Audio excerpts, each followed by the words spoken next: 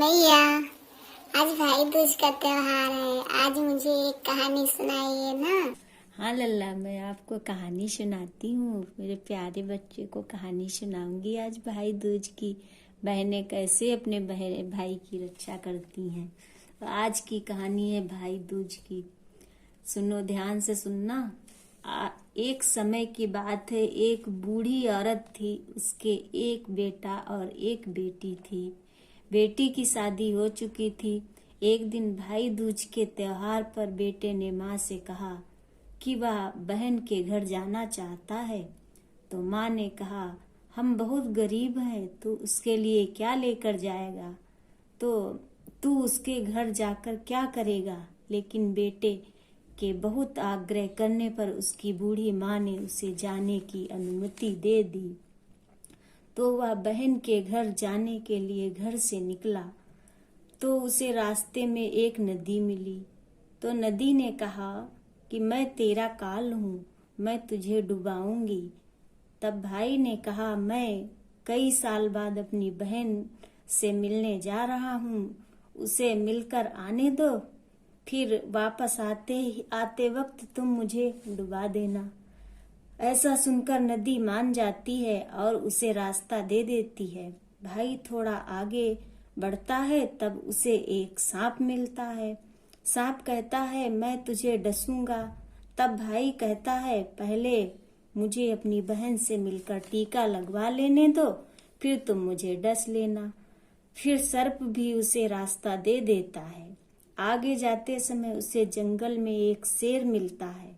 शेर कहता है, मैं तुझे खाऊंगा। मैं तुझे खाऊंगा। शेर मिलता है। शेर कहता है, मैं तुझे खाऊंगा। मैं पहले अपनी बहन से तिलक करवा लूं, फिर तुम मुझे खा लेना। शेर भी उसे रास्ता दे देता है। अब भाई अपनी बहन के घर पहुंच जाता है और वो अपनी बहन को आवाज लगाता है। बहन उस वक्त सूत काट रही होती है। तब उसका सूत बीच में ही टूट जाता है। ऐसी मान्यता है कि सूत काटते वक्त सूत बीच में टूट जाता है तो जिस बहन का इकलौता भाई होता है, वो जब तक सूत जुड़ नहीं जाता, वो बोलती नहीं है। भाई की आवाज सुनकर जब बहन कोई जवाब नहीं देती है, तब बाहर खड़ा उसका भाई सोचता है, मैं बहुत गरीब हूँ, शायद इसलिए मेरी बहन मुझसे बात नहीं करना चाहती। मुझे यहाँ आना ही नहीं चाहिए था। ये सोचकर वह वापस जाने लगता है। इतने में बहन का सूत पुनः जुड़ जाता है। वह भाई को आवाज देती है और फिर बात न करने का कारण बताती है और उसे प्यार से घर के अंदर ले आती है और फिर अपनी पड़ोसन से पूछती है कि कोई जान से प्यारा मेहमान आए तो क्या करना चाहिए। पड़ोसन मजाक में कह देती है कि तेल से चौका लगाना चाहिए और घी में चावल पकाना चाहिए, और वह पड़ोसन का मजाक नहीं समझ पाती और ऐसा ही करती है।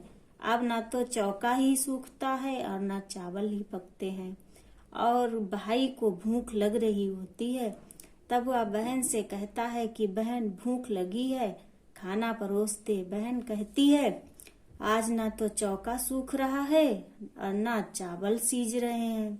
भाई कहता है कि तूने कैसा चौका लगाया है और चावल कैसे चढ़ाए हैं? बहन कहती है, मैंने पड़ोसन से पूछा था कि जान से प्यारा मेहमान आए तो उसे क्या करना चाहिए। तेल से चौका लगाना चाहिए और घी में चावल पकाने चाहिए। भाई बोला, अरे मेरी भोली बहन, कहीं तेल का चौका सूखा है और कभी घी में चावल पके हैं? तो ऐसा कर, पानी में चौका लगा और दूध में चावल पका। ऐसा करने से ही चौका सूख जाता है और चावल भी पक जाते हैं। तब वह भाई को भोजन करा के उसके तिलक करती है। अगले दिन भाई बोलता है, माँ अकेली है, अब मैं घर जाऊंगा। अगले दिन बहन जल्दी उठकर भाई के लिए लड्डू बनाती है और कुछ लड्डू बच्चों के लिए रखकर अपने भाई को विदा कर देती है।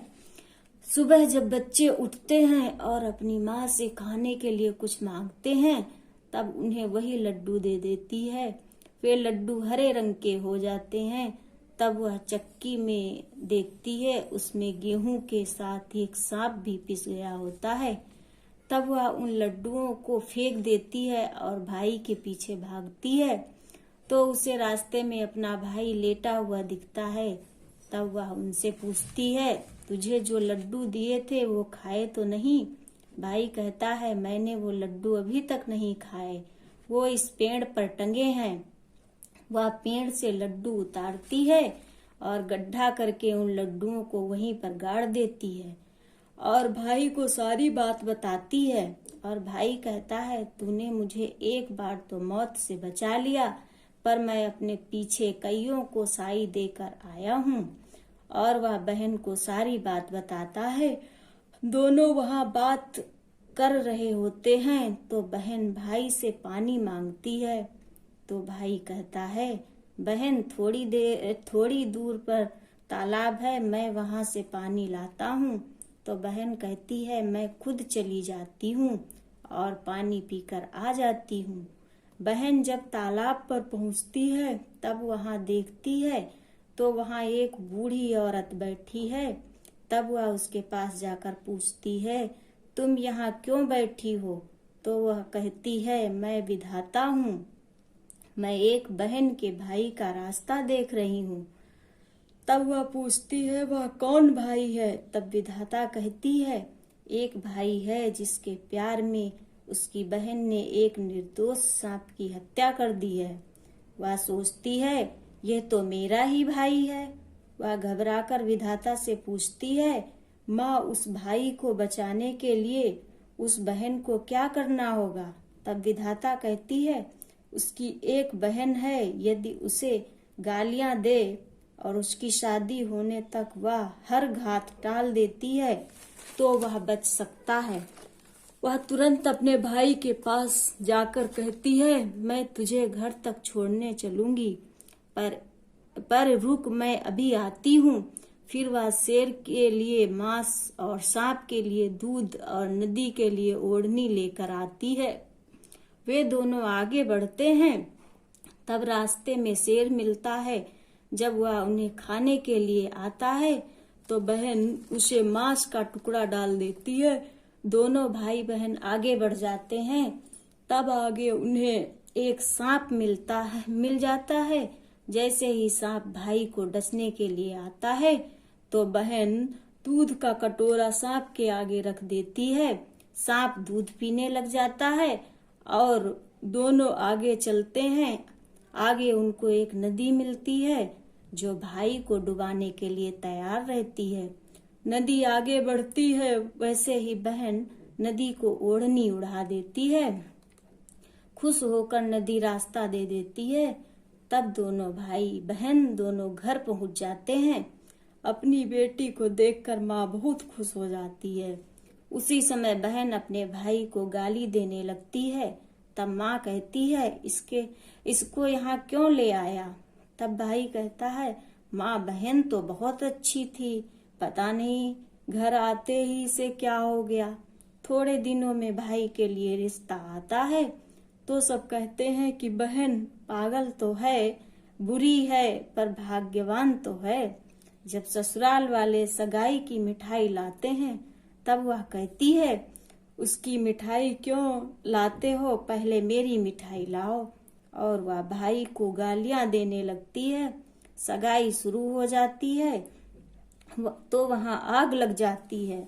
बहन को पहले ही पता था उसकी भाई की घात, तो वह तुरंत आग बुझा देती है। शादी के हर कार्यक्रम में बहन अपने भाई के साथ ही रहती है। जब भाई की निकासी होने लगती है तब बहन बोलती है, इसकी निकासी क्यों करते हो, पहले मेरी निकासी करो। आगे के दरवाजे से मत लेकर जाओ, पीछे के दरवाजे से लेकर जाओ। इतना कहते ही आगे का दरवाजा टूट जाता है। सब कहते हैं, भले ही बहन कालिया है पर बराबर भाई की जान बचा रही है।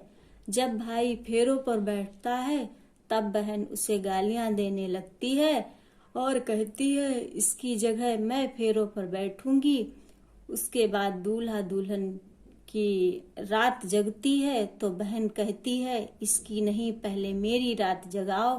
तब लोग कहते हैं कि बीच में पर्दा लगाकर इसे भी सुला दो। रात में जब भाई भाभी सो जाते हैं तब रात को वहां एक सांप आता है।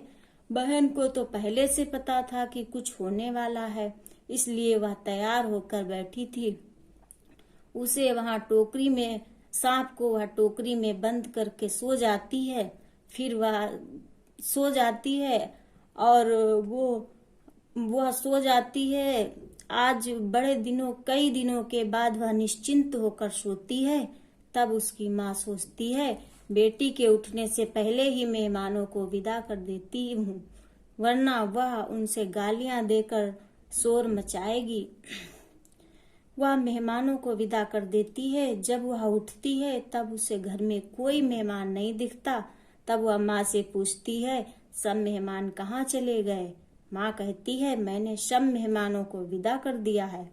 तब बेटी कहती है सब मेहमानों को फिर से बुलाओ तभी मैं विदा होऊंगी। उसके कहे अनुसार माँ सबको बुलाती है। आज के दिन के लिए ही पालने में पूत और चूल्हे पर दूध और अपना घर छोड़ा था।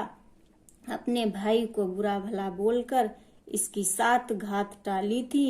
मैंने इसे बचाने के लिए ऐसा किया था। यह सुनकर माँ और उसका भाई बहुत खुश हो जाते हैं और फिर उसे विदा कर देते हैं। सभी मेहमानों को भी विदा कर देते हैं। दोस्तों, सभी बहनें अपने भाई की लंबी उम्र की कामना करते हुए भाई दूज के दिन अपने भाई को तिलक करती हैं और उनकी खुशहाली की कामना करती हैं। धन्यवाद। सभी को बोलो राधे राधे। रे कान्हा जी और माधव जी, कैसी लगी आपको कहानी? राधे राधे।